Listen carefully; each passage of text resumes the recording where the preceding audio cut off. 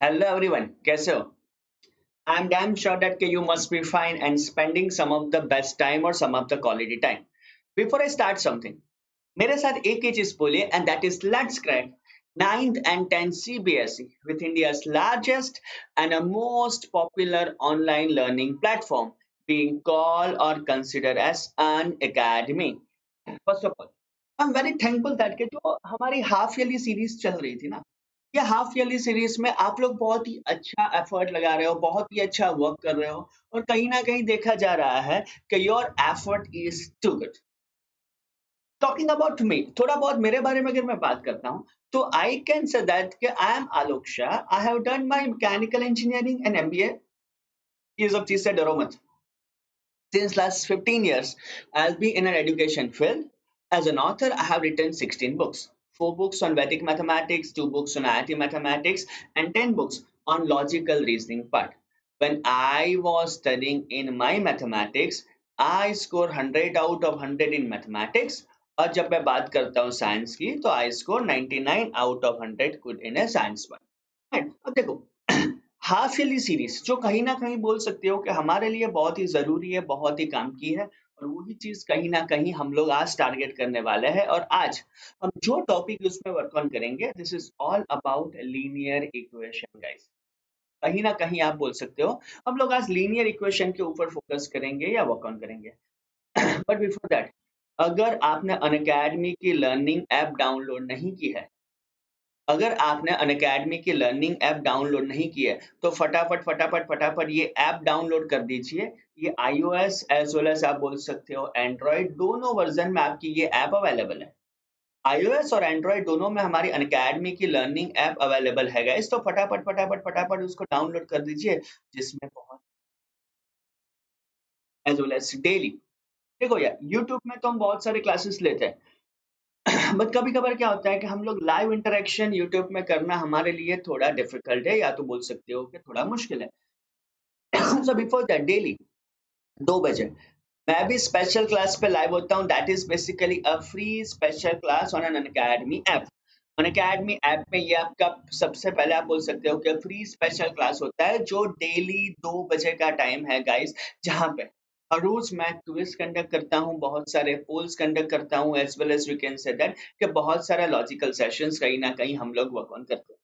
Additionally, I always insist you to join our best platform जिसको आप बोल सकते हो Unacademy Plus. Unacademy Plus देखा जाए तो that could be the best platform, educational platform I can tell you that get designed by the Unacademy for each and every candidates across the country. देखो यहाँ पे आपको सबसे बड़ा फायदा क्या होता है पता है? आप सिर्फ मैथ्स नहीं, मैथ्स साइंस इंग्लिश ऐसे हर एक सब्जेक्ट पढ़ सकते हो, वो भी with the faculty of your choice. आपके चॉइस के फैकल्टी से आप ये सब्जेक्ट्स कहीं ना कहीं वर्क ऑन कर सकते हो. एडिशनली आप लाइव क्लास भी देख सकते हो एज वेल एज आप रिकॉर्डिंग भी देख सकते हो, वो भी आपको अनलिमिटेड एक्सेस मिलता है. ऐसा नहीं है कि आप सिर्फ 10 मिनट 2 या 3 या 4 बार देख सकते हो. Any time any number of time जिसके टाइम आपको क्लास देखना है यू कैन डू दैट.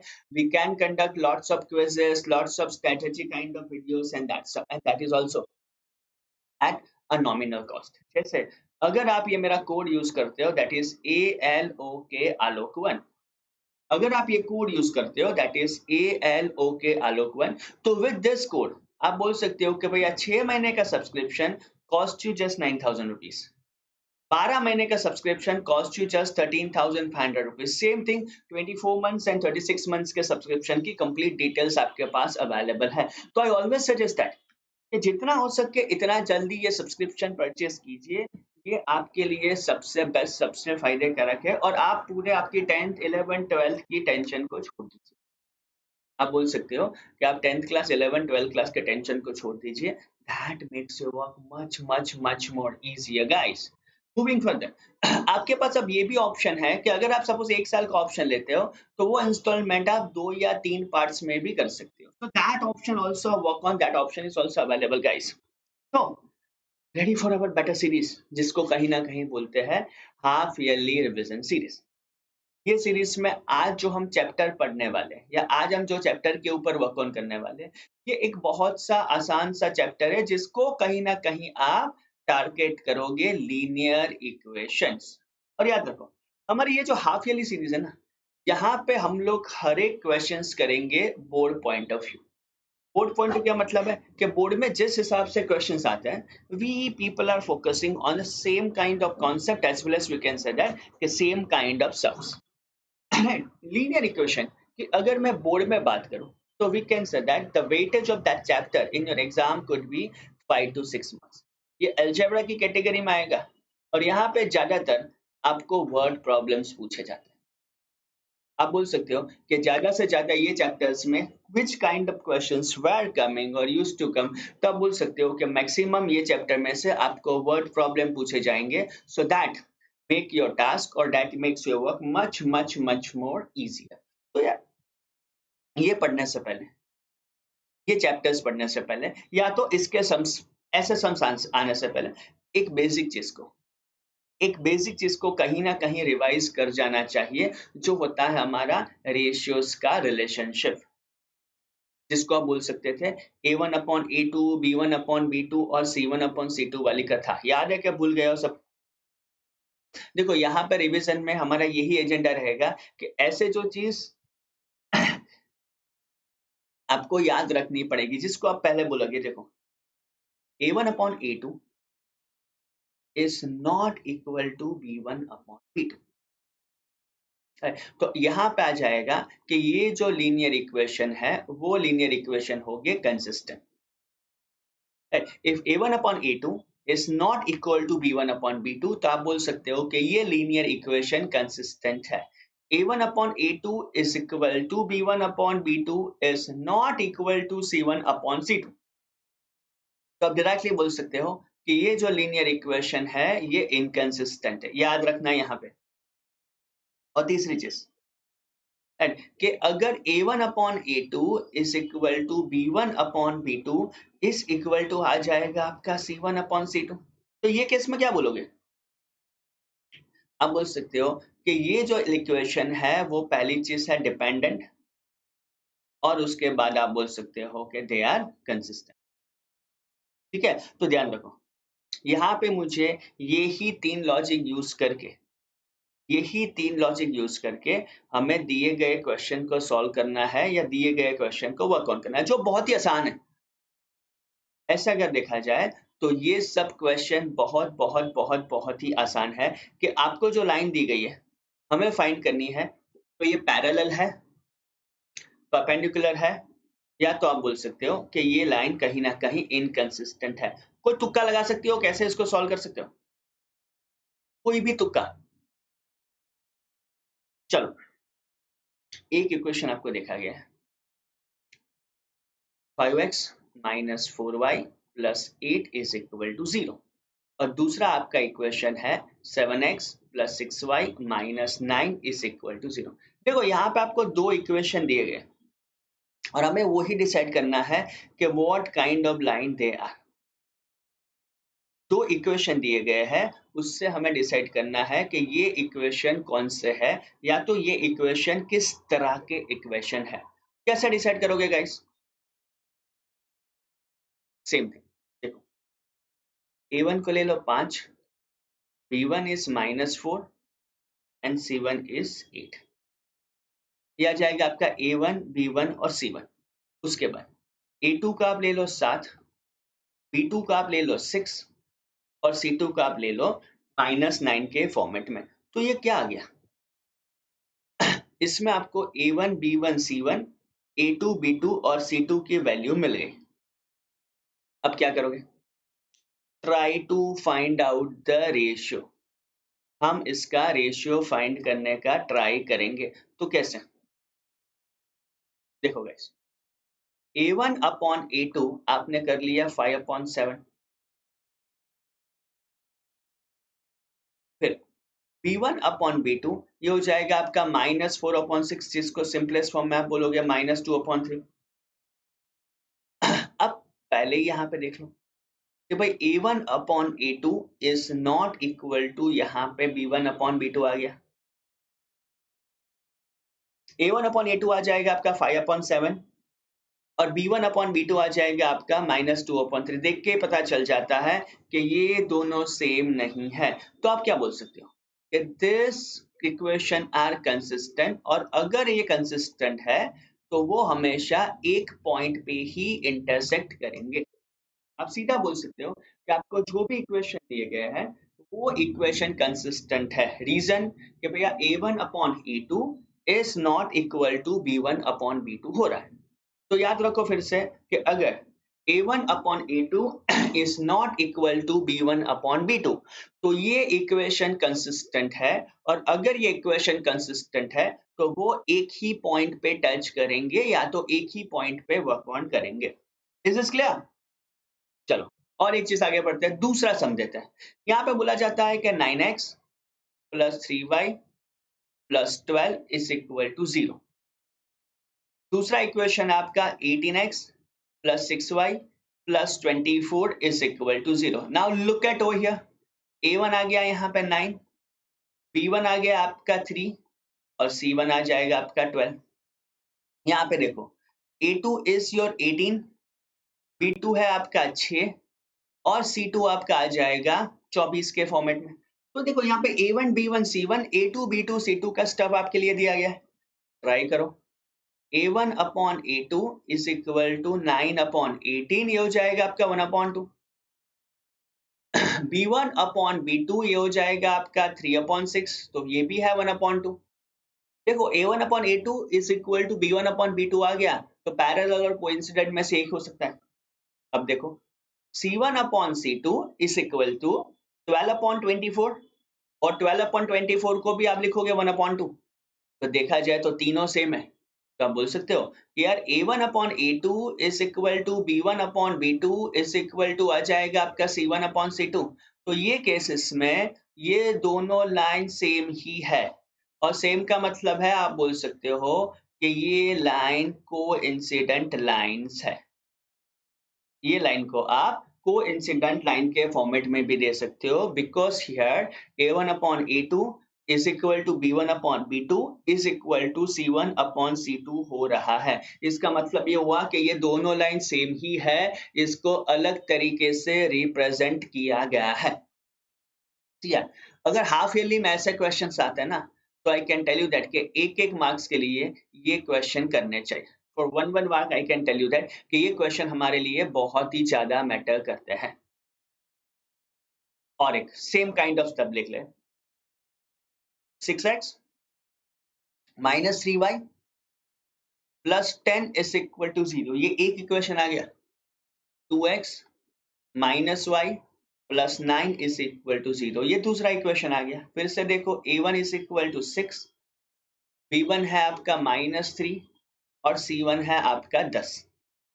ये आपने ले लिया a1 b1 और c1। सेम वे a2 है आपका 2, b2 आपका है -1 और c2 आपका बन गया 9। तो देखो यार a1 b1 c1 और a2 b2 c2 के फॉर्मेट में आपका आंसर या आपका लॉजिक मिल रहा है। अब क्या करोगे? Apply the same stuff. Sir a1 upon a2 is equal to 6 upon 2, तो दैट इज 3 या तो 3 अपॉन 1। b1 अपॉन b2 ये हो जाएगा आपका -3 अपॉन -1, तो ये भी हो जाएगा आपका 3 अपॉन 1। c1 अपॉन c2 ये हो जाएगा आपका 10 अपॉन 9। अब देखो क्या हो रहा है, a1 upon a2 is equal to हो गया आपका b1 अपॉन b2, बिकॉज 3/1 है, but is not equal to c1 upon. तो बोल सकते हो यहाँ पे a1 upon a2 is equal to b1 upon b2 is not equal to c1 upon c2 आ गया। तो आप सीधा बोल सकते हो कि ये जो लाइन या इक्वेशन है ये इक्वेशन पैरेलल है। क्यों? याद रखो, if a1 upon a2 is not equal to b1 upon b2, ये चीज कहीं ना कहीं सबको याद रखनी है। If a1 upon a2 is not equal to b1 upon b2 होता है, इसका मतलब है कि they are intersecting only at a point. Number 2, अगर a1 upon a2 is equal to b1 upon b2 is not equal to c1 upon c2 होता है, तो दे आर पैरेलल। और if a1 upon a2 is equal to b1 upon b2 is not equal to c1 upon c2 होता है, तो आप बोल सकते हो पैरेलल, और अगर तीनों इक्वल है तो आप बोल सकते हो कि दे आर कोइंसिडेंट। ठीक है, तो देखो यार, मेरे हिसाब से इस बार एक मार्कर में ये क्वेश्चंस आने की प्रोबेबिलिटी बहुत ही ज्यादा है।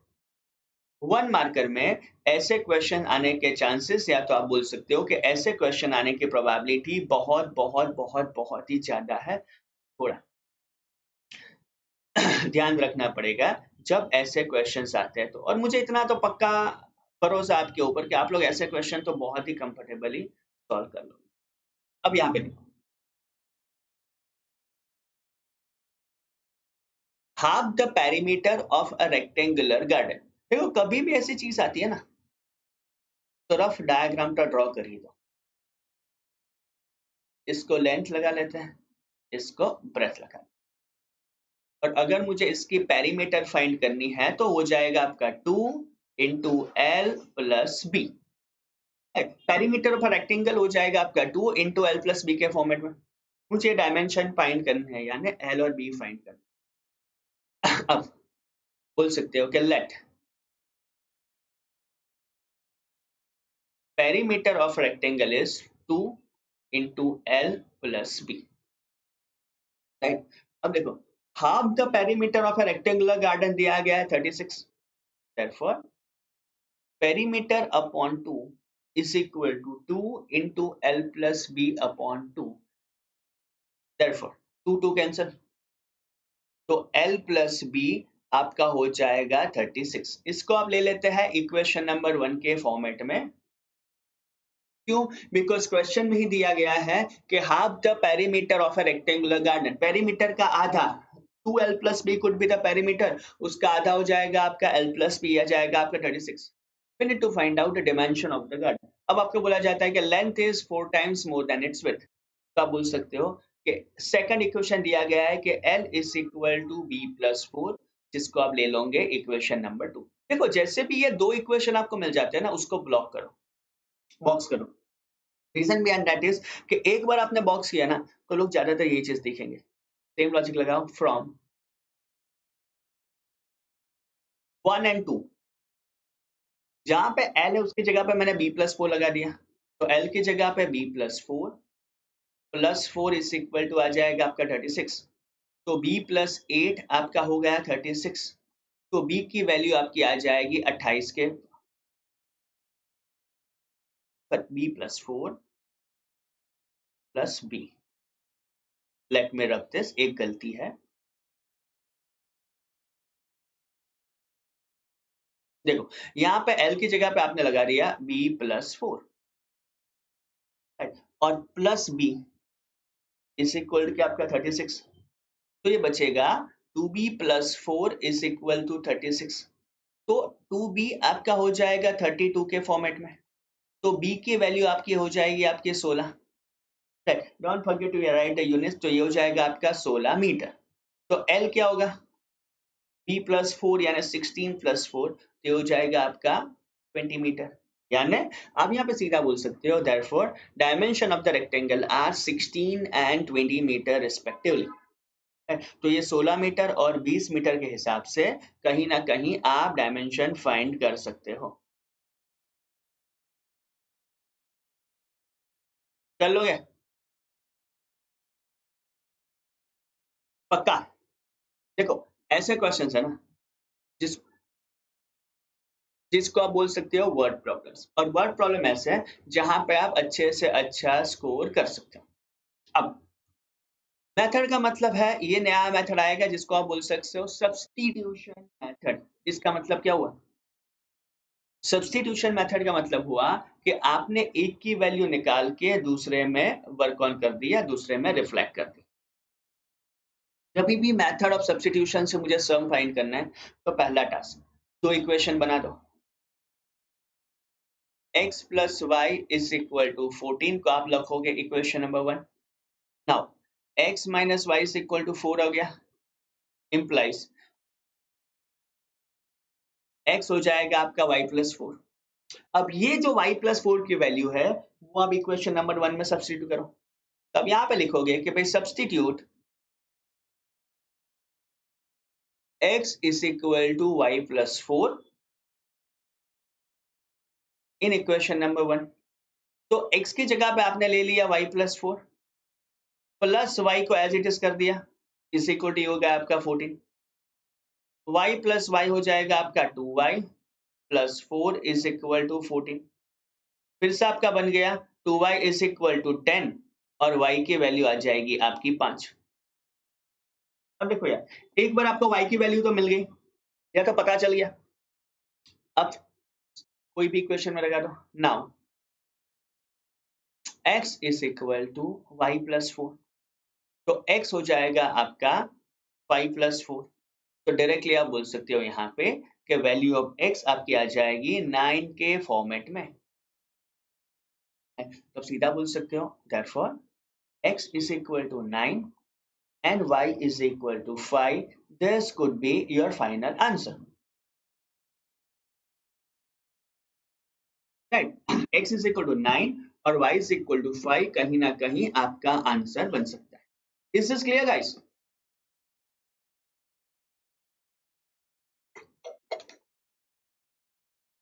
कर सकोगे एकदम कंफर्टेबली, एकदम आराम से। तो देखो यहाँ पे आपने सीधा वर्क ऑन कर दिया कि x की वैल्यू 9 चली जाएगी और y की वैल्यू यहाँ पे 5 आ जाएगी।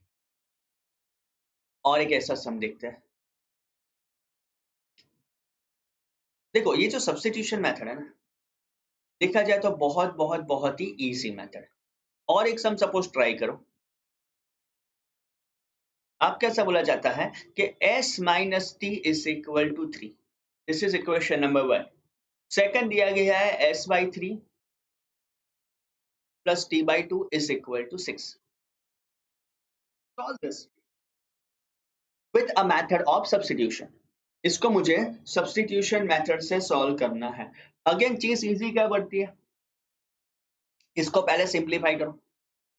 तो देखो यार दो चीज है, मैं इसको सिंप्लीफाई करने जाऊंगा तो चीज टफ बनेगी। पर यहाँ पे मुझे बोला जाता है कि s minus T is equal to 3। इसका मतलब ऐसा भी बोल सकते हो therefore s is equal to t plus 3। ये वैल्यू मैं सबसे इक्वेशन नंबर 2 में लिखूंगा। तो t plus 3 upon 3 plus t by 2 is equal to हो जाएगा आपका 6। इसकी जगह पे आपने लगा दिया t प्लस 3। अब एलसीएम कर लो, एलसीएम हो जाएगा आपका 6। 2 इंटू टी प्लस 3 प्लस आ जाएगा आपका 3t, ये हो जाएगा आपका 6। This is 2t plus 6 plus 3t, ये हो जाएगा आपका 36। सिंप्लीफाई करोगे तो it was 5t plus 6 is equal to 36। So 5t की वैल्यू आ जाएगी आपकी सीधी 30 के फॉर्मेट में। अगर 5t जो आपका 30 है, राइट, तो t की वैल्यू आ जाएगी 30 अपॉन 5, तो दही हो जाएगी आपकी 6। तो पहली चीज यहाँ पे t की वैल्यू भी 6 आ गई। अब यहाँ पे देखो, नाउ s माइनस टी आपको 3 दिया गया, तो s minus 6 is equal to 3 हो जाएगा। तो s आपका 3 प्लस 6 यानी 9 के फॉर्मेट में चला जाएगा। तो डायरेक्टली आप बोल सकते हो with the help of this equation कि x की वैल्यू आपकी चली जाएगी 9 और t की वैल्यू आपकी आ जाएगी 6 के फॉर्मेट। समझ गए? इस हिसाब से आप s और t फाइंड कर सकते हो। s की वैल्यू 9 चली जाएगी और t की वैल्यू आपके 6 के फॉर्मेट में आ जाएगी, या तो वर्क ऑन कर सकते हो। किसी को डाउट है इसमें?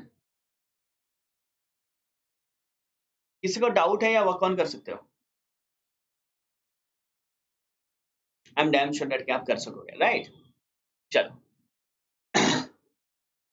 Again, it is an important question of a linear equation with respect to your board as well as with respect to your half yearly. मेरे हिसाब से चांसेस है कि 99% चांसेस ये कि ये सम आपकी इस बार की हाफ ईयरली एग्जाम में भी आएगा और additionally you can say that कि you will also get even in your final exams. देखो क्वेश्चन यहाँ पे दिया गया है कि 2x plus 3y is equal to 11 और नेक्स्ट आपको दिया गया है that was 2x minus 4y is equal to minus 24। We need to find out the value of m if y is equal to mx plus 3 के format में दिया गया है। अब कौन सी मेथड से करो ये जरूरी नहीं है because they have not specified. तो देखो 2x plus 3y is equal to यहाँ पे है 11, 2x minus 4y is equal to minus 24। ये है आपका दूसरा equation. As we have not specify, यहाँ पे कुछ स्पेसिफाई नहीं किया है कि ये क्वेश्चन कौन सी मेथड से करना है, तो आप यहाँ पे कोई भी मेथड यूज कर सकते हो, या तो आप बोल सकते हो कि यहाँ पे हम लोग कोई भी मेथड वर्क ऑन कर सकते हैं। ये आपका टास्क बहुत ही ज्यादा आसान बनाएगा, या तो आप बोल सकते हो कि ये आपका टास्क बहुत ही ज्यादा इजी बनाएगा। What I am doing is I am changing the sign, minus plus plus. Basically मैं कर क्या रहा हूँ, 2 minus 1, 2x minus 2x cancel हो गया, 3y प्लस 4y ये हो जाएगा आपका 7y is equal to 11 plus 24 ये हो जाएगा आपका 35। तो 7y इज इक्वल टू 35 हो गया, तो y की वैल्यू 35 अपॉन 7 यानी 5 हो गई। तो यहाँ पे आपने सीधा कर दिया कि y इज इक्वल टू 5। अब x फाइंड कर लेते हैं, 2x plus 3y is equal to 11, तो मुझे दिया ही गया है, तो 2x plus 3 into 5 is equal to 11 आ गया। So 2x plus 15 is equal to 11 आ गया। So 2x is equal to 11 minus 15 हो गया आपका -4, और therefore आपने फाइंड कर दी the value of x could be -2। आपको x और y दोनों की वैल्यू मिल गई, अपने इक्वेशन में सब्स्टिट्यूट करो। y आपको दिया गया है y is equal to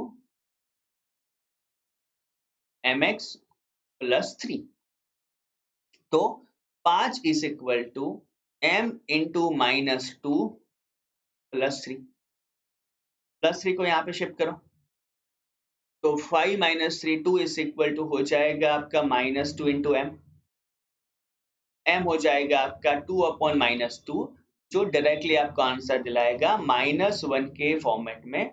तो यहाँ पे आप सीधा बोल सकते हो कि m की वैल्यू आपकी -1 आ जाएगी। तो आप सीधा बोल सकते हो in this particular case value of m could be -1। कर पाओगे गाइस?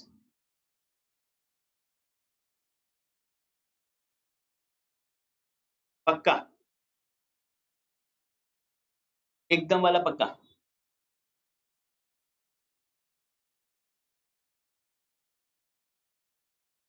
चलो, तो यहाँ पे आप बोल सकते हो कि x इज इक्वल टू -2 आ जाएगा, y इज इक्वल टू 5 आ जाएगा, and value of m could be -1। देखो ये सब क्वेश्चन देखते हो ना, तो बहुत ही आसान से क्वेश्चन, बहुत ही इजी क्वेश्चन है, और आप बोल सकते हो कि दे आर स्कोरिंग। ये स्कोरिंग क्वेश्चन है जिसमें आप अच्छे से अच्छा स्कोर कर सकोगे, या तो आप बोल सकते हो कि आप अच्छे से अच्छा परफॉर्म कर सकोगे, and I am damn sure that कि आप लोग करोगे परफॉर्म। चलो और आगे बढ़ते हैं। अब शुरू हो जाएंगे आपके एग्जैक्ट वर्ड प्रॉब्लम, जो आपके एग्जाम्स में आते हैं, या फिर जो कहीं ना कहीं हम लोग देखते हैं। क्वेश्चन बोला जाता है that the difference between two numbers is 26। The difference between two number is 26 and one number is 3 times the other numbers, find out them। तो यहाँ पे मैं assume करूंगा पहली चीज कि let smaller number is equal to आपका हो जाएगा x। जो छोटा नंबर है उसको x assume कर रहे हो। अब दोनों का डिफरेंस 36 है, तो आप बोल सकते हो therefore bigger number or larger number is equal to x plus 26। कर सकते हो, जिसको आप ले सकते हो इवन y के फॉर्मेट में। तो अपना ये भी इक्वेशन बन जाएगा कि y is equal to X plus 26, जिसको मैं लगा दूंगा इक्वेशन नंबर 1 के फॉर्मेट में। दूसरा बोला गया है one number is 3 times the other. Equation ये भी है कि y is equal to 3 times the other यानी 3x। इक्वेशन नंबर 2 लगा जैसे। अब मेथड ऑफ सब्स्टिट्यूशन से वैल्यू सब्स्टिट्यूट करो। यहाँ पे दिया गया है y is equal to X plus 26, Y की वैल्यू आप ले लो 3x इज इक्वल टू हो जाएगा आपका x प्लस 26, x को यहाँ पे शिफ्ट करो तो 3x माइनस एक्स हो जाएगा 2x इज इक्वल टू 26, जिससे x की वैल्यू आ जाएगी 26/2 यानी 13 के फॉर्मेट में। अब फाइंड करना है value of y। Now y को आप x प्लस 26 भी ले सकते हो या तो y को आप 3x भी ले सकते हो। तो आप बोल सकते हो y is equal to 3x that is 3 into 13 और ये हो जाएगा आपका 39 के फॉर्मेट में। तो फिर से आपने लगा दिया कि the value of y could be 39, right. इसका मतलब ये हुआ कि यहाँ पे x की वैल्यू आ जाएगी 13 और y की वैल्यू आ जाएगी आपकी 39। आपको दो ही चीज फाइंड करनी थी, x और y, ठीक है। तो x की वैल्यू आपको मिल गई 13 के फॉर्मेट में, y की वैल्यू मिल गई आपको 39 के फॉर्मेट में। तो आप सीधा बोल सकते हो कि x is equal to 13 and y is equal to 39 in this particular case. Hope that कि ये आसान सा क्वेश्चन आप लोग अच्छी तरह से कर लोगे and without any doubts, without any hesitations. Am I right, guys? पक्का वाला राइट? गुड। चलो थोड़ा आगे बढ़ते हैं। यहाँ पे ऐसा बोला जाता है a fraction became 9 by 11 if 2 is added to both numerator and denominator. If 3 is added to both the numerator and denominator, it becomes 5 by 6. Find out the fraction. तो पहली चीज एज्यूम करते हैं। अगेन मैं ये क्वेश्चन को भी बहुत ही आईएमपी यानी बहुत ही इंपॉर्टेंट क्वेश्चन मानूंगा with respect to your board point of view, exam point of view, मैं ये क्वेश्चन को भी बहुत ही इंपॉर्टेंट क्वेश्चन मान सकता हूँ। अब बोला जाता है fraction becomes 9 by 11 if 2 is added to both numerator and denominator। तो पहली चीज मुझे अज्यूम करनी पड़ेगी कि let fraction is equal to x upon y। Assume कर देते हैं कि फ्रैक्शन आपका x अपॉन y। अब पहले इक्वेशन से फ्रॉम द डेटा आपको बोला जाता है कि न्यूमरेटर में भी 2 ऐड करते हो और डिनोमिनेटर में भी 2 ऐड करते हो, तो ये फ्रैक्शन आपका बन जाता है 9/11 के फॉर्मेट में। क्रॉस मल्टीप्लाई करो तो 11 into x plus 2 is equal to 9 into y plus 2। 11 into x हो जाएगा आपका 11x plus 22 is equal to 9y plus 18। Therefore 9y को यहाँ पे शिफ्ट करो 11x minus 9y is equal to 18 minus 22, ये हो जाएगा आपका -14 -4 सॉरी। इक्वेशन नंबर 1 लगा दो। सेम वे अगर मैंने न्यूमरेटर और डिनोमिनेटर में 3 ऐड कर रहा हूं यानी x/3 और यहाँ पे भी y + 3, तो ये बन जा रहा है 5/6 के फॉर्मेट में। फिर से क्रॉस मल्टीप्लाई करो that was 6x + 18 is equal to 5y + 15। इसको ऐसा लिख सकता हूँ 6x minus 5y is equal to -3।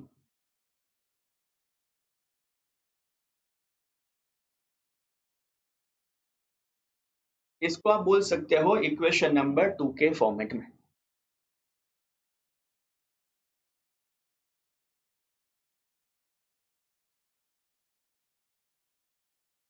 अब देखो एक है आपका 11x और दूसरा है आपका 6x, तो इसको कैसे शॉर्ट आउट करोगे? कोई भी मेथड आपको जो ठीक लगता है वो, राइट। तो देखो यहाँ पे हम ये वर्क ऑन कर सकते हैं कि sir 6x minus 5y minus 3 और ये 11x है, तो इसको मैं 6 से मल्टीप्लाई करूंगा। इक्वेशन नंबर 1 को मैं 6 से मल्टीप्लाई करूंगा तो 11x इंटू 6 हो जाएगा आपका 66x, 9y इंटू 6 हो जाएगा आपका 54y, ये हो जाएगा -24। 6 को इसको मैं 11 से मल्टीप्लाई करूंगा, 2 को आपने 11 से मल्टीप्लाई किया, 6 इंटू 11 हो जाएगा आपका 66x -55y, और ये हो जाएगा आपका -33। दोनों में से मुझे सब्ट्रैक्शन करना पड़ेगा, तो माइनस प्लस और प्लस हो जाएगा, ये हो गया कैंसिल। -54y प्लस 55 आ गया y, और ये वैल्यू आ जाएगी आपकी 33 माइनस 24, यानी 9 के फॉर्मेट में आ जाएगी। तो पहली चीज, आपको सीधा y की वैल्यू पता चल गई। जैसे ही y की वैल्यू पता चल गई, आप कोई भी एक इक्वेशन में लगा दो। दैट वाज 11x, 9 into 9, मैं पहले में लिख रहा हूँ, 81 इज इक्वल टू -4, राइट। तो 11x हो जाएगा आपका 77, तो x की वैल्यू आ जाएगी आपकी 7। x 7 आ गया, y 9 आ गया। बहुत सारे बच्चे ऐसे ही आंसर को छोड़ देते हैं, जो गलत है। क्यों? बिकॉज हमें फाइंड करना है कि ये फ्रैक्शन कौन सा है। तो आप बोल सकते हो कि therefore fraction is equal to x upon y, और ये जाएगा आपका 7/11 के फॉर्मेट में। तो डायरेक्टली आप यहाँ पे ऐसा बोल सकते हो या वर्क ऑन कर सकते हो कि जरूरी फ्रैक्शन जो मुझे चाहिए था, वो फ्रैक्शन मेरा 7/11 के फॉर्मेट में आ गया। कर लोगे? पक्का वाला? चलो, आई कैन से दैट कि जब ऐसे क्वेश्चंस आते हैं ना, तो बहुत सारे बच्चे गलती करते हैं। बहुत सारे बच्चे यहाँ पे गलती करते हैं, बट ये चीज बहुत ही इजी है। देखा जाए तो आप कंफर्टेबली इसमें स्कोर कर सकते हो। सिर्फ एक ही चीज याद रखनी है, एंड दैट इज पेशेंस। ये जो क्वेश्चंस है ना, ऐसे क्वेश्चन में या इस काइंड ऑफ क्वेश्चंस में पेशेंस रखना बहुत ही ज्यादा जरूरी है। बिकॉज जितना भी हमने जल्दबाजी की ना, इतनी ज्यादा यहाँ पे गलती हो सकती है, या तो आप लोचा लगा सकते हो। चलो, और एक क्वेश्चन देखो गाइस, यहाँ पे हाफ ईयरली सीरीज में मैं आपको इसीलिए हर एक क्वेश्चन टेक्स्ट बुक के करवा रहा हूँ। Reason behind that is, exam में ज्यादातर क्वेश्चन आपके टेक्स्ट बुक में से ही आते हैं, राइट। ज्यादातर नहीं, मैं बोल सकता हूँ 99.99% स्टफ। अब देखो, क्वेश्चन नेक्स्ट आपको ऐसा बोला जाता है, 5 years hence the age of Jacob will be 3 times that of his son। hence यानी उसके बाद। बट पहली चीज हम एज्यूम करते हैं, let present age of Jacob is equal to x years। Let us assume that कि जैकब की प्रेजेंट एज x years है। अब आपको यहाँ पे ऐसा बोला जाता है कि उसके सन की एज क्या होगी। तो लेट अस एज्यूम दैट कि present age of his son is equal to y years। अब यहाँ पे बोला जाता है 5 years बिफोर। तो यहाँ पे एक चीज सोच सकते हैं, अगर जैकब की प्रेजेंट एज है x years, तो 5 साल पहले उसकी एज क्या होगी? Correct, x-5। अगर उसके बेटे की प्रेजेंट एज y years है, तो 5 साल पहले उसकी एज होगी y-5। तो आप बोल सकते हो कि 5 साल के पहले जैकब की एज है x-5, will be 3 times the age of his son. आप सीधा बोल सकते हो x-5 is equal to 3y-15। That is x-3y is equal to 5 को यहाँ पे शिफ्ट करोगे तो -10 आ जाएगा, जिसको आप स्पेसिफाई करोगे इक्वेशन नंबर 1 से, राइट। अब 5 years, देखो गलती हो गई। यहाँ पे बोला जाता है बिफोर 5 years। सी, हम देखो कैसी गलती हो रही है। ऐसी जल्दबाजी मत करो, बिकॉज एग्जाम में या क्वेश्चन में अगर आप देखो तो पहले आफ्टर 5 years बोला गया है। तो यहाँ पे मैं लिखना पड़ेगा x plus y will be 3 times of y plus 5। So therefore x plus 5 is equal to 3y plus 15। तो हो जाएगा आपका x minus 3y is equal to 15 minus 5, यानी 10 के फॉर्मेट में। ये एक इक्वेशन हो गया। अब आपको ऐसा बोला जाता है कि 5 years ago, अब कहानी शुरू होगी 5 साल पहले की। Jacob age was 7 times the age of his son, जिसको आप ऐसे भी लिख सकते हो कि x-5 is equal to 7y-35, that is x-7y, यहाँ पे शिफ्ट करो तो हो जाएगा आपका -30, और again you consider this as your equation number 2। तो देखो यहाँ पे इक्वेशन नंबर 1 और इक्वेशन नंबर 2 हो गया, ठीक है। अब ध्यान दो, x-3y इज इक्वल टू 10 लेता हूँ। दूसरा है आपका x-7y इज इक्वल टू -30 लेता हूँ। माइनस प्लस और प्लस आ गया, ये x माइनस एक्स निकल गया। -3y और +7y करोगे तो हो जाएगा आपका +4y इज इक्वल टू 40। तो ये y की वैल्यू आ जाएगी आपकी 40/4 यानी 10 के फॉर्मेट में। तो y की वैल्यू ये हो जाएगी आपकी 10 के फॉर्मेट में। राइट, अब एक बार y मिल गया, x कैसे फाइंड करोगे? कोई भी इक्वेशन में वैल्यू लगा दो कि x -3y is equal to 10, तो x -30 इज इक्वल टू 10, तो x हो जाएगा आपका 40 के फॉर्मेट में। राइट, तो देखो मुझे फाइंड करनी है प्रेजेंट एजेस, तो लास्ट में भूल मत जाना, सिर्फ x और y करके आप उसको छोड़ नहीं दे सकते। आप सीधा बोल सकते हो कि आपको लिखना पड़ेगा कि दोनों की प्रेजेंट एज कौन सी है।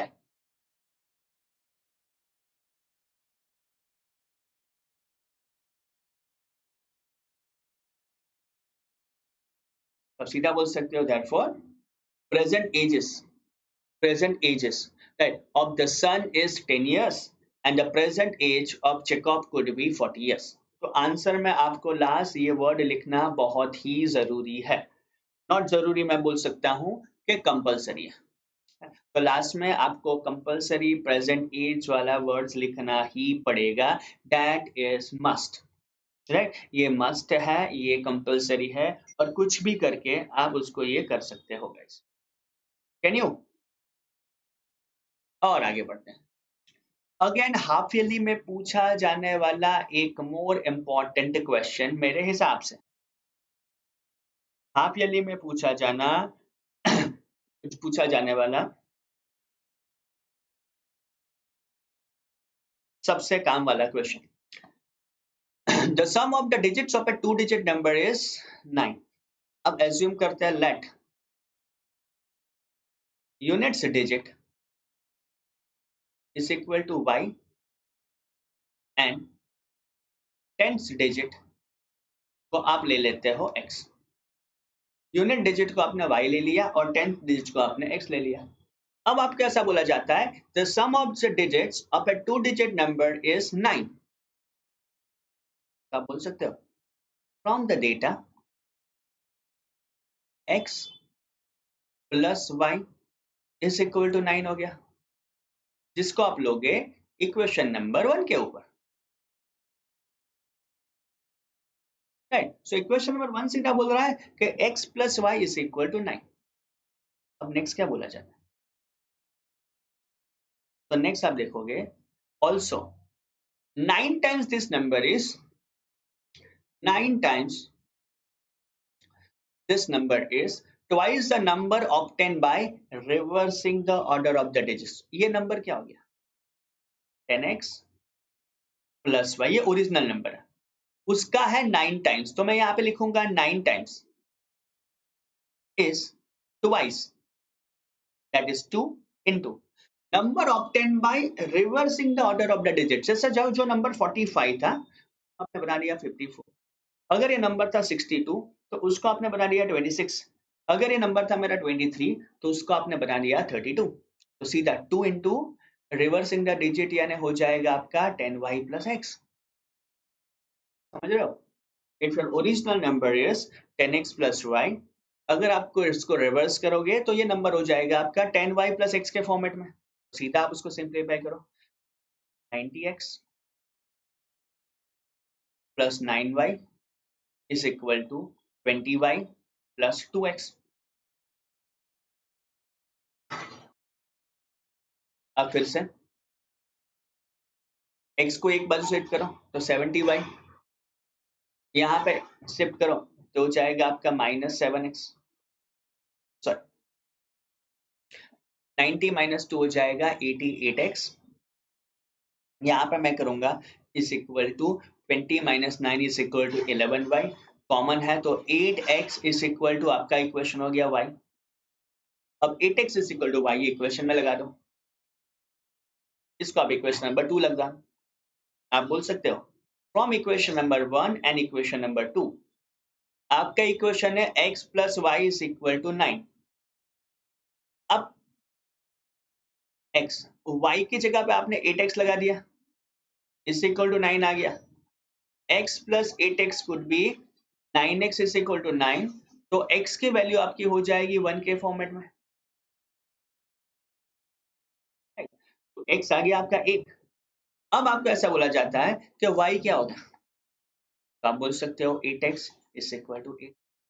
Therefore, required number is 10x plus y, that is 10 into 1 plus 8, और ये हो जाएगा आपका 18 के फॉर्मेट में। तो आपका सीधा आंसर यहाँ पे चला जाएगा 18 के फॉर्मेट में।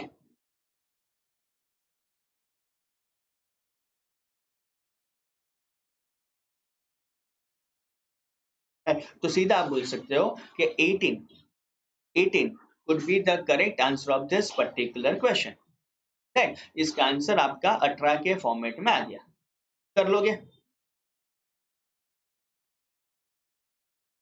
आई can tell you that question बहुत ही इजी है, क्वेश्चन बहुत ही इजी है, और आप ये क्वेश्चन को एकदम आराम से यानी एकदम कंफर्टेबली सॉल्व कर सकते हो। तो ये हो जाएगा आपका value of x is equal to 1, और दूसरा हो जाएगा कि required number is equal to 18 यानी 18x।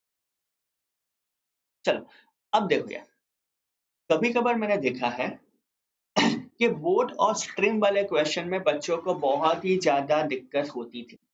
हमेशा लोग बोलते थे कि सर ये बोट और स्ट्रीम वाले क्वेश्चन बहुत टफ है, या बोट और स्ट्रीम वाले में क्वेश्चन में कहीं ना कहीं हम लोग लोचा लगाते हैं।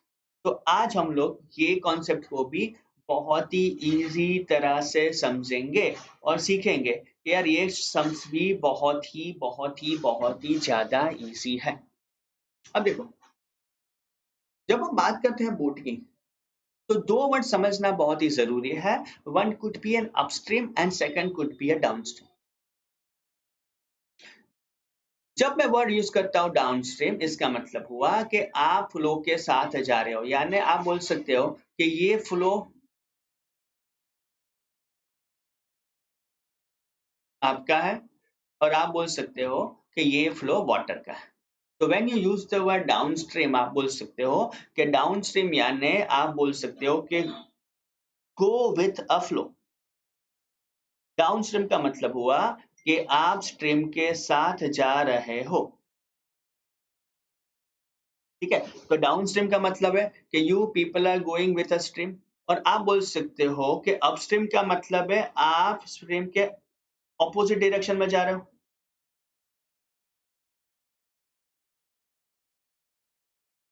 है? तो देखो, डाउनस्ट्रीम का मतलब है आप फ्लो की डायरेक्शन में जा रहे हो, अपस्ट्रीम का मतलब है कि आप फ्लो की डायरेक्शन के एकदम यानी एकदम ऑपोजिट डायरेक्शन में जा रहे हो। समझ रहे हो? अब सोचते हैं, देखो,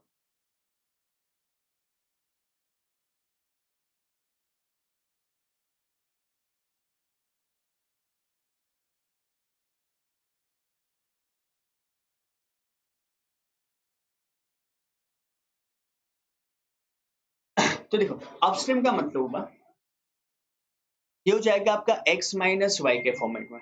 इसका मतलब हुआ कि फ्लो के अगेंस्ट जा रहे हो। देखो, यहाँ पे आप हो जो डायग्राम में दिखा रहा है, और यहाँ पे बोट है। तो अगर आप ऑपोजिट डायरेक्शन में जा रहे हो, तो ये हो जाएगा आपका x minus y kilometre per hour, है। अपस्ट्रीम में जाओगे, जाएगा आपका x minus y kilometre per hour के फॉर्म। डाउन स्ट्रीम पे जाओगे तो आप बोल सकते हो ये हो जाएगा आपका x plus y kilometre per hour, right. तो देखो 4 टर्म्स याद रखते हैं। Number 1 still water. Still water का मतलब ये हो रहा है कि शांत पानी। स्ट्रीम का मतलब ये हुआ कि जिस हिसाब से मोजा जा रहा है, समझ गए ना, कि इसको आप बोल सकते हो स्ट्रीम। अपस्ट्रीम का मतलब क्या हुआ कि आप फ्लो के अगेंस्ट में जा रहे हो।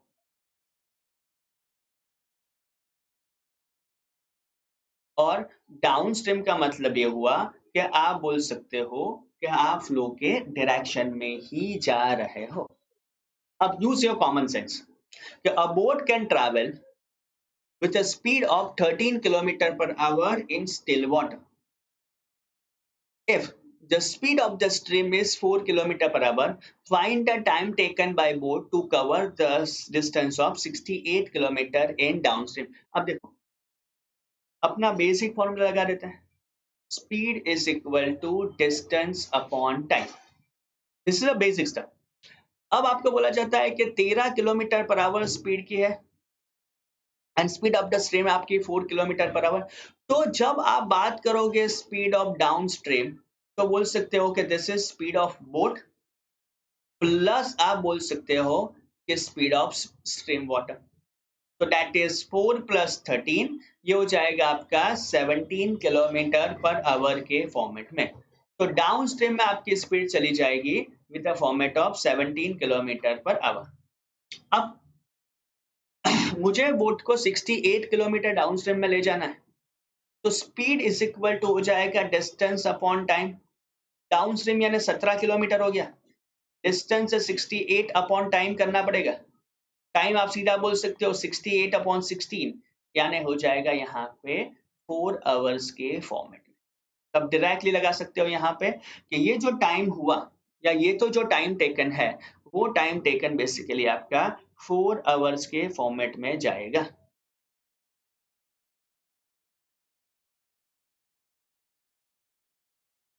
कर लोगे गाइस? पक्का वाला? देखो बोट और स्ट्रीम वाले सम टफ नहीं है। Only the thing is sir कि हमें सोचना पड़ेगा। हमें सोचना पड़ेगा कि ये सम को कैसे इजीली सॉल्व किया जा सकता है। अब देखो ये जो दूसरा काइंड ऑफ क्वेश्चन मैं कर रहा हूँ उसको आप ट्रिकी क्वेश्चन बोल सकते हो। अभी तक बोर्ड में ये क्वेश्चन नहीं आया, बट आने के चांसेस आपके 200% है। इन 1 hour a boat goes 11 kilometer per hour along the stream and 5 kilometer per hour against the stream. Along the stream यानी आप बोल सकते हो कि ये है आपका डाउन स्ट्रीम जो है 11 किलोमीटर पर आवर, और अगेंस्ट यानी ये आपको दिया गया है अपस्ट्रीम जो आपका है 5 किलोमीटर पर आवर के फॉर्मेट में। अब मुझे अपस्ट्रीम डाउनस्ट्रीम का फंडा फाइंड करना है, मुझे फाइंड करना है स्पीड ऑफ द बोट। तब सीधा बोल सकते हो कि speed of the boat is upstream plus downstream upon 2। ये हो जाएगा आपका 11 plus 5 upon 2, again kilometre per our. This is 16/2 और ये बन जाएगा आपका 8 किलोमीटर पर आवर के फॉर्मेट में। तो आप सीधा बोल सकते हो यहाँ पे कि ये जो आपकी बोट है, ये बोट की स्पीड 8 किलोमीटर पर आवर के फॉर्मेट में जाएंगी, जो आपने बोल दिया अपस्ट्रीम प्लस डाउनस्ट्रीम अपॉन 2 बार।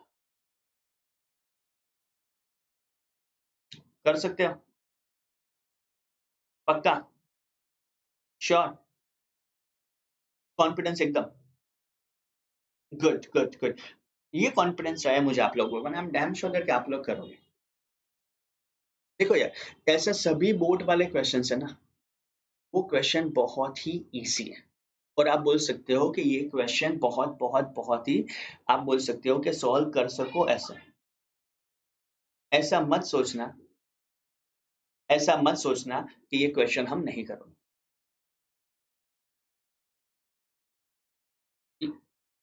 यहाँ पे आपको ऐसा बोला जाता है कि Ritu can draw downstream in 20 kilometre in hours and upstream in 4 kilometre in 2 hours. देखो यहाँ पे ऋतु की, यहाँ पे ऋतु की अपस्ट्रीम और डाउनस्ट्रीम की स्पीड दी गई है। यहाँ पे 2 आवर्स हैं गाइस। अब आपको फाइंड करना है, find the speed of in still water. तो देखो पहली चीज, फॉर अ डाउन स्ट्रीम आप बोल सकते हो कि 20 किलोमीटर इन 2 आवर्स हुआ, तो ये स्पीड हो जाएगी आपकी 10 किलोमीटर पर आवर की। ये हो जाएगी आपकी 10 अपॉन किलोमीटर पर आवर की। अपस्ट्रीम आप देखते हैं, that is 4 kilometre in 2 hours, तो ये स्पीड आपकी हो जाएगी 2 किलोमीटर पर आवर के फॉर्मेट में। अब मुझे फाइंड करना है कि वाटर में दोनों की स्पीड क्या होगी। कैसे करोगे? आप बोल सकते हो sir speed of the boat is equal to upstream plus downstream upon 2 and that is 10 + 2/2। तो ये आ जाएगा आपका 6 किलोमीटर पर आवर के फॉर्मेट में।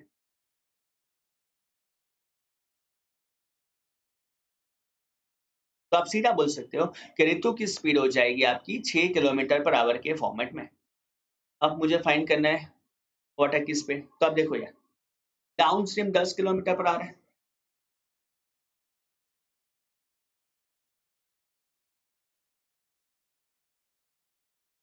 तो speed of the boat plus speed of the current, ये आपको 10 दिया गया है, ये आपको 6 आ जाएगा और स्पीड ऑफ द करंट आ गया।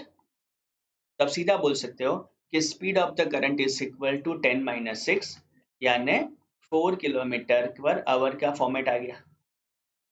तो दो ही चीज आ गई आपकी, कि एक स्पीड आ जाएगी आपकी 4 किलोमीटर पर आवर, और जो दूसरी स्पीड है आपकी वो सीधी 6 किलोमीटर पर आवर के फॉर्मेट में आ जाएगी। कर सकते हो गाइस ऐसे क्वेश्चन? देखो यार, ये बोट और स्ट्रीम वाले क्वेश्चन है ना, आप बोल सकते हो कि question seriously easy, they are not that much complicated जितना आप लोग सोचते हो। और I can tell you that कि यहाँ पे आप स्कोर कर सकते हो because we have a limited number of questions. अब बात आएगी सर नई पैटर्न के हिसाब से डिलीट क्या हुआ है। तो आप बोल सकते हो कि अपनी जो क्रिस क्रॉस मेथड थी, या तो आप बोल सकते हो कि क्रॉस मल्टीप्लिकेशन मेथड थी, जिसको आप बोलते थे exercise 3.5, as per the latest pattern अब ये नहीं होगा। चलो और एक सम मैं आपको देता हूं। x प्लस वाई आपको दिया गया है 5, और 2x - 3y दिया गया है आपको 4, और ये आपको सॉल्व करना है with the method of elimination. आपको बोला जाता है कि मेथड ऑफ एलिमिनेशन से इसको सॉल्व कीजिए। कैसे करोगे? देखो, मल्टीप्लाई करके एलिमिनेट करो, इक्वेशन नंबर 1 लगा दो, इक्वेशन नंबर 2 लगा दो। आप सीधा बोलोगे multiply equation number 1 with 2। Equation number 1 को जब आपने 2 से मल्टीप्लाई किया तो ये बन गया आपका 2x plus 2y is equal to 10, और दूसरा इक्वेशन तो आपका यहाँ पे है ही, x - 3y is equal to 4। Minus plus और माइनस किया, 2x - 2x cancel, plus 2y plus 3y हो जाएगा आपका प्लस 5y, और 10 - 4 तो ये हो जाएगा आपका 6। तो आप बोल सकते हो कि 5y इज इक्वल टू 6 को y की वैल्यू आ जाएगी आपकी 6/5 के फॉर्मेट में। ये आ जाएगी आपकी y की वैल्यू। अब sir x plus y is equal to 5 लिख ले, तो x y की वैल्यू आ जाएगी आपकी 6/5 इज इक्वल टू आ गया 5, तो x हो जाएगा आपका 5 - 6/5, तो x हो जाएगा आपका 25 -6/5, जो हो जाएगा आपका 19/5 के फॉर्मेट में। तो आपको सीधा यहाँ पे पता चल गया या मिल गया कि value of x could be 19/5 और value of y could be 6/5। x की वैल्यू आ जाएगी 19/5 और y की वैल्यू आपकी आ जाएगी 6/5 के फॉर्मेट में। ये आ गई आपकी x और y की वैल्यूज। कर सकते हो इसको पक्का वाला। I can tell you that कि यार ये क्वेश्चन इजी है, ये क्वेश्चन इजी है, बट याद हमें ये रखना है कि कैसे ये क्वेश्चन को इजीली सॉल्व कर सकते हैं, या कैसे ये क्वेश्चन में हम लोग अच्छे से अच्छा परफॉर्म कर सकते हैं। जितना अच्छा परफॉर्म करोगे ना, इतना अच्छा कहीं ना कहीं आप बोल सकते हो कि आपको फायदा होगा, और आप बोल सकते हो कि इतना अच्छा आप लोग स्कोर करोगे। I need the same thing from you guys.